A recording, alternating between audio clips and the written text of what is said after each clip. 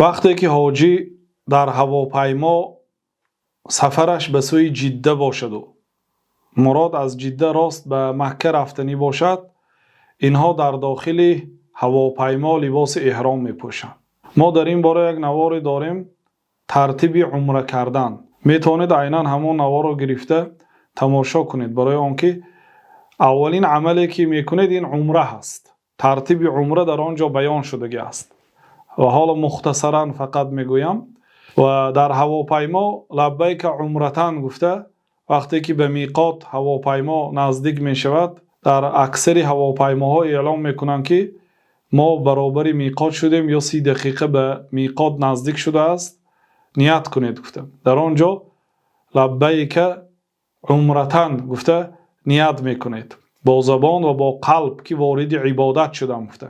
و اگر لباس احرام نپوشیده باشید در فرودگاه، لباس احرام رو در داخل هواپیما میپوشید، یعنی از تمام لباس ها خالی میشید، لباس احرام میپوشید مردها. اما زنها در لباسی که دارند، در لباس عادی معمولی خود نیت میکنند. و بعد اینکه نیت کردید لبیک اللهم لبیک لبیک لا شریک لک لبیک ان الحمد و النعمت لک و الملک لا شریک لک رو با آواز بلند تا دیدن کعبه گفتن میگیرید. اما زنها با آواز پست میگن که دیگرها نشنوند. و از محظورات احرام پرهیز میکنید. یک نواری داریم به نام محظورات احرام و یا میگیرید گوش میکنید که در آنجا آن عملهایی که شخص حاجی و عمره کننده اثنای احرام، اثنای عبادت حج عمره باید از آن کارها دور استد. اگر آن کارها را اجرا کند احتمال است که حجش باطل میشد، احتمال است که گوسفند قرضدار میشد، احتمال است که شتر قرضدار میشد، گناهگار میشد. برای همین گیرید آموزید. و این چنین در رساله با نام احکام حج و عمره و زیارت مدینه منوره نوشته هستیم. در تلگرام کانال طریق الکترونیش رو انشالله میگذاریم، میتوانید از آن هم استفاده برید. خلاصه وقتی که به مکه آمدید و جایگیر شدید، کمی استراحت کنید، یک بار به طواف نروید. یک وقت مناسبی که مثلا بین بامداد و بین پیشین باشد یا بین خفتن و بین بامداد باشد، همین خیلی وقت ها رو انتخاب کرده روید برای طواف، تا اینکه در مابین نماز نباشد. و امروزها آدم ها زیاد است اطراف خانه و گشتن خیلی مشکل است. تا میرید که با مشقت سفری که تا آمدید و اینچنین تا رفتن به کعبه خسته میشید. بنابراین یک قوه گیرید و بعد رفته عمره را به کمال رسانید. صفت عمره در نوار ترتیب عمره هست، میتوانید در آنجا گیرید گوش کنید. خلاصه وقتی که از عمره پاک میشوید، مویهای خود را پست کنید. در عمره کسی که به حج میرد مو را پست کنید تا اینکه در حج مو را تراشید. زنها به قدر نوک انگشت از مویهایشان میبرند، از تمام مویها جمع میکنند و به قدر نوک انگشت میبرند. اما مردها باید از تمام جای موی باید پست کند، از 3-4 جانه، از تمام جایش، تا اینکه مویش را در حج تراشد، در عمره نتراشند و پست کنند. وقتی که طواف کردید و صفا مروه کردید و مویهای خود را پست کردید، شما از عمره حلال شدید. می توانید لباس عادی خود را پوشیده تا روز 8 ذوالحجه خانه الله تعالی را طواف کرده با عبادت و با ذکر و با دعا مشغول باشید. بعد وقتی که روز 8 ذوالحجه می شود، حاجی ها به وادی مینا می روند. پیامبر صلی الله علیه و سلم روز 8 ذوالحجه که روز ترویه نامیده می شود، ترویه به آب سیر شدن ترجمهش، چون که صحابه ها در مینا شترهای خود را به آب سیر می کردن. چون فردا به عرفات می روند. عرفات یک وادی که از مکه دورتر است، آب در آنجا کمیافت است و همراهی خود آب می گرفتن. برای همین روزی ترویه نامیده شد، روزی سیرشوی به آب. یک معنایش. یک معنای دیگرش ترویه به معنای شک و شبهه است، یعنی گویا روز 8 حضرت ابراهیم شک کردند که این خواب از جانب الله تعالی باشد یا این خواب شیطانی باشد، چون در خواب دیدند که حضرت اسماعیل فرزندشان را قربانی کرده ایستادند.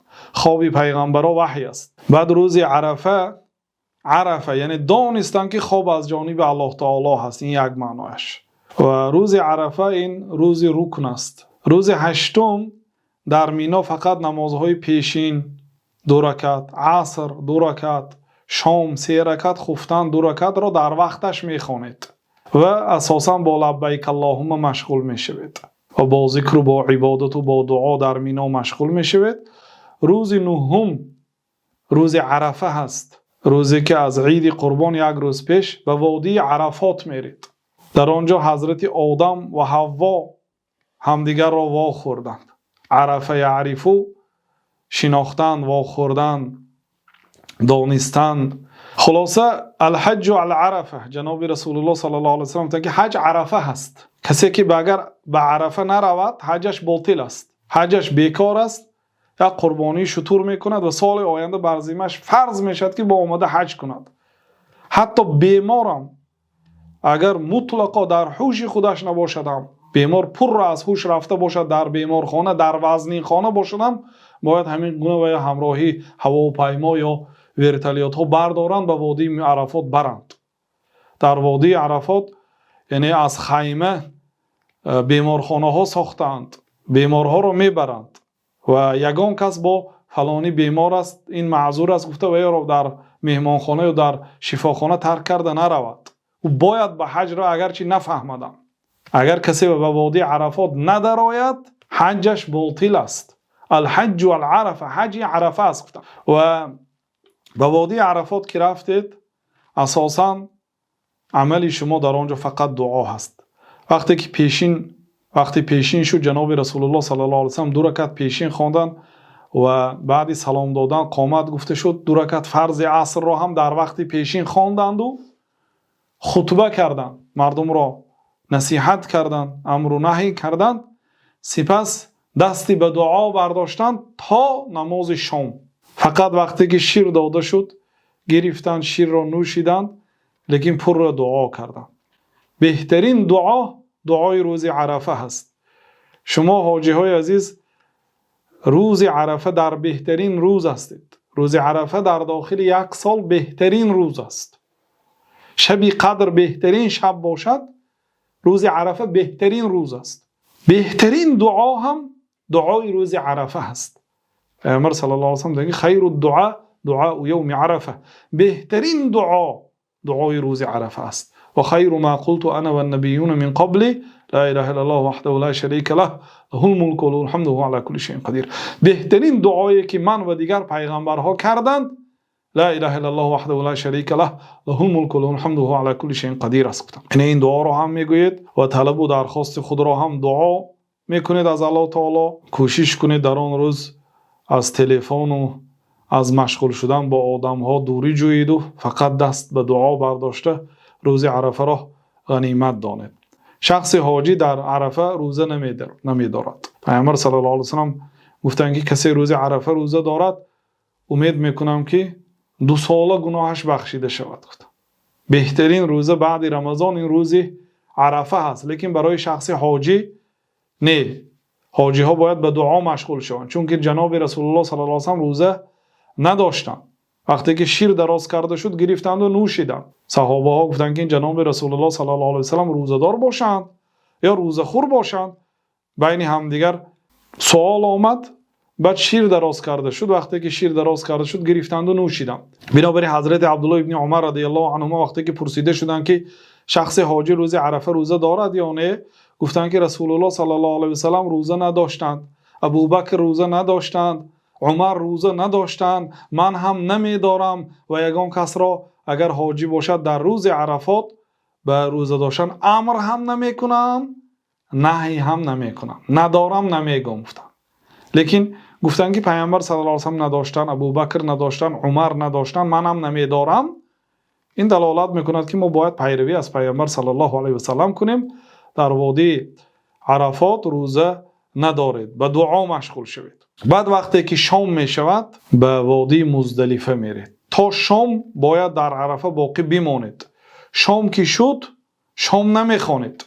اگرچه ساعت 12 شب 1 شب شدم شام نمیخوانید. کی به مزدلفه که رفته رسیدید بعد شام را 3 رکعت و خفتن را 2 رکعت جمع کرده در یک وقت هر دو نمازها را میخوانید با جماعت.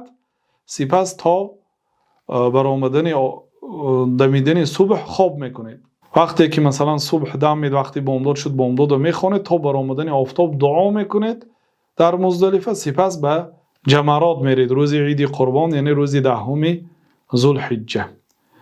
به جمرات رفته سنگ میزنید، یعنی عادتا حاجی اول به مینا میرن، به مینا رفته چیزهای خود را میگذارند به خیمه های خود، سپس به جمرات به سنگ زنی میرن. 7 سنگ را میگیرید، هر یک سنگ را وقتی که به نزدیکی حوض نزدیک شدید بسم الله الله اکبر گفته به حوض هوا میدید. سنگ شما باید در داخل حوض افتد. کدام سنگی که بیرون حوض می افتد اون حساب نه. 6 تاش داخل حوض افتید، 1 تاش بیرون، 1 دیگه از نو می پرتوید. سنگ ها را از مزدلفه چیندن سنت است، از مینا هم چیند میشد. 7 سنگ را بسم الله الله اکبر گفته می پرتوید تا همین جا لبیک میگوید. وقتی که اولین سنگ را که پرتافتید لبیک گفتن کنده می شود. بعد به مینا برمیگردید و قربانی میکنید. بعد اینکه قربانی کرده شدید موی را میتراشید. بعد تراشیدن مو به طواف افاضه میروید.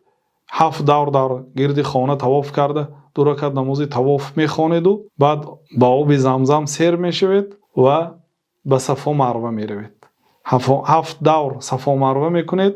بعد از آن باز به مینا برمیگردید. در مینا شب گذرانیدن واجب است. کسی که اگر در مینا شبهای حج نباشد گوسفند قضار میشد. اکثر شب باید بنده در مینا قرار داشته باشد.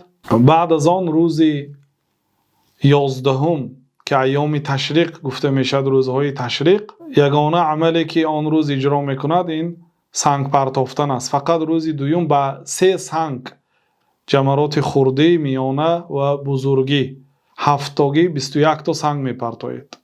اول به خرده، بعد به مابین، بعد به کلانی. روز اول فقط به عقبه، به 2 آن جمرات خرده و میانه سنگ نمیپرتاید. روز عید فقط 7 سنگ روز عید. روز دوم 21 سنگ. روز سوم 21 سنگ.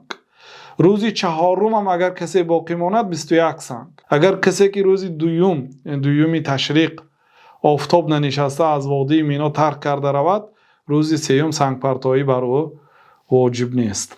و وقتی که روز 12 ذوالحجه یا اینکه کسی که خواهد که روز 13 هم سنگ پرتاید در مینا باقی میماند، سنگ ها را که پرتافتید با همین عبادت حج با آخر میرسد.